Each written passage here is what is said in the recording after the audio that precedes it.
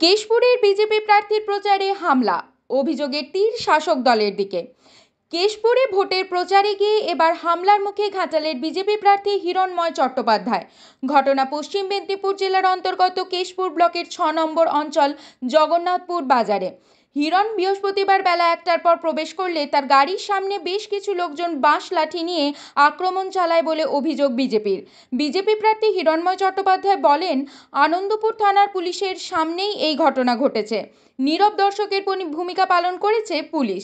তিনি আরও অভিযোগ করেছেন, তৃণমূল কংগ্রেস প্রার্থী তথা অভিনেতা দেব বলেছিলেন 10 থেকে 20 তারিখের মধ্যে বিজেপি প্রার্থী খুন হতে পারে, তাই কালকে মণ্ডল সভাপতির উপর আক্রমণ হয়েছে আর আজকে প্রার্থীর উপর। তীব্র ধিক্কার জানিয়েছে পুলিশকে।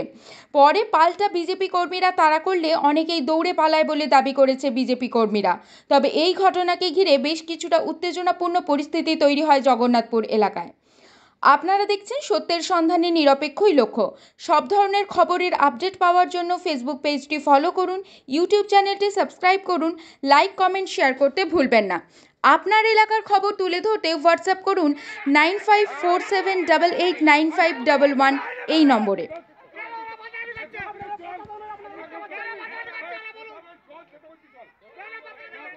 তৃণমূল ভয় পাচ্ছে, গুন্ডা বাহিনী দীপক অধিকারী পাঠিয়েছে 15 থেকে 20 তারিখের মধ্যে খুন করবে বলেছিল। কালকে খুন করার চেষ্টা করেছিল, শুভেন্দু সামন্তকে পারেনি। আজকে প্রার্থী আছে, আমাকে খুন করার জন্য এসেছিল এই গুন্ডা বাহিনী। দেখছেন আপনারা ডান দিক বাদিকে বারবার আক্রমণ করছিল, গ্রামের মানুষকে চমকাচ্ছিল, ভয় দেখাচ্ছিল।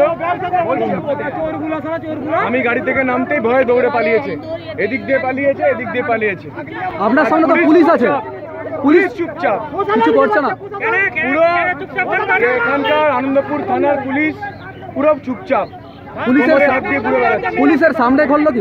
পুলিশের সামনে সমস্ত ঘটনা পুলিশের সামনে ঘটলো। পুলিশ কি বলছে? পুলিশ কোনো কথাই নেই, চুপ, মুখে অন্যদিকে তাকিয়ে আছে। চোখে কথা বলার দম তো পুলিশের নেই। এদেরকে চমকাচ্ছিল, এরা বেরিয়েছিল, বলছে ভিতরে ঢোক। তৃণমূল কি ভয় পাচ্ছে কোথাও? আরে ওর জমি তো চলে গেছে, ওর জমি আছে পায়ের তলায়। লাস্ট আর 5-6 দিন বাকি, দেখছে একটা খুন মার্ডার করতে হবে।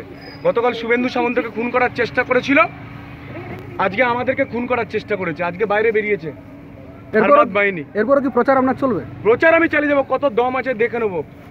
এই সাংসদ প্রার্থীর কত দম আছে দেখবো। 2014, 2019 এইভাবে জিতেছে। এবারে 1 ইঞ্চি জমি ছাড়বো না, ইঞ্চিতে এর জবাব দেবো আমরা। কেশপুরে কি আজ থেকে সন্ত্রাস শুরু হয়ে গেল? কি মনে করছেন? আজ থেকে হয়নি, গতকাল থেকে শুরু হয়েছে।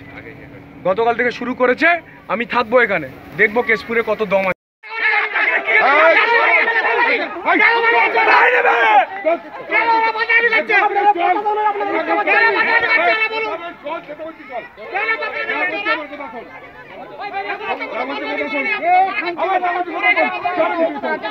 চল